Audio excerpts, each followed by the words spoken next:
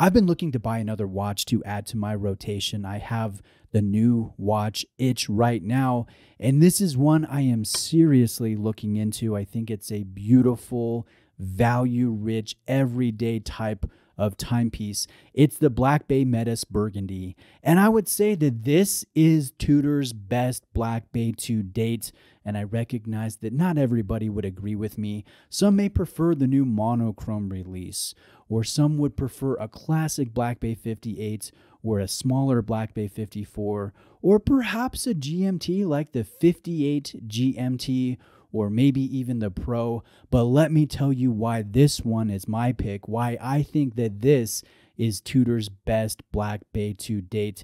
It is one of Tudor's original Black Bay color schemes. Now, I know that's not necessarily a huge deal, but when Tudor first released the Black Bay in the United States, they did so in two different colors.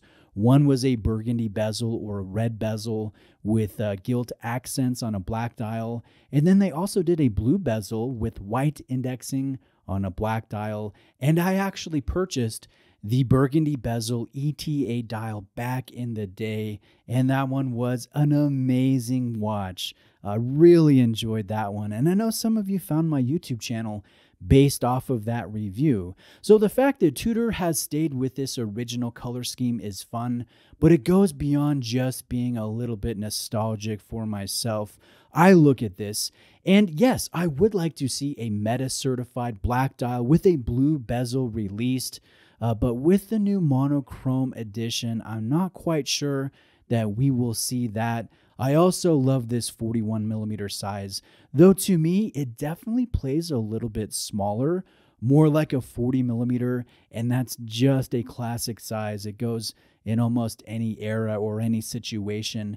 And part of the diminutive fit is this case profile. Part of it is the scale of the dial, and part of it is this tapering 5-link bracelet or Jubilee style bracelet with the T-Fit clasp. That clasp is very similar to a Submariner glide lock design, but this bezel action is the best that you will find sub $7,000, $8,000 from any watch brand. It is so satisfying, and that's important when you are shopping a diver. The lume is potent, the finishing is very nice on the case and the bracelet, and then the movement is METAS certified, which very few Tudors boast these days, but I do expect that all Tudor watches will be master chronometers before too many years go by.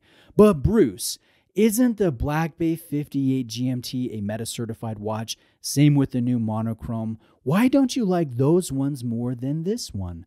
Well, the answer to that is simple. The Black Bay 58 GMT is a little bit too small for my preference. And then the monochrome, as awesome and versatile as it is, just isn't as visually exciting as this brand red colored bezel, this original color scheme for the ETA Black Bay. And I love when Rolex works in green. I love when Breitling works in yellow. So likewise, I think it is great when Tudor dominantly uses their own brand color. A couple other good things about this METAS certified Black Bay. This has a very robust automatic movement. It has a free sprung balance. It has a silicone balance spring. It has variable inertia regulation system for regulating the balance. This has 3 days of power reserve. In fact, the only thing that I think would make this caliber perfect would be a time zone hours complication. I love this snowflake hour hand design, and if I had to pick an all-time favorite sports style hand design, the snowflake would win it out. It's so simple, it's legible, it's distinctive, and I think it looks great over this domed, slightly texturized dial. Now, the watch will be available on this Jubilee style 5-link bracelet. I think this gives it a slightly dressier, more refined, almost retro vibe.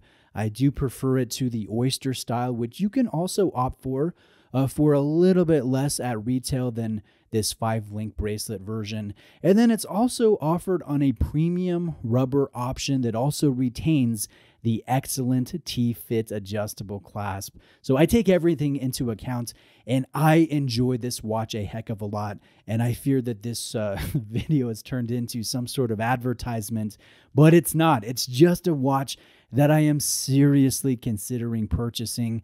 I find it to have very few drawbacks that I don't consider to be deal breakers. But let's talk about those two things.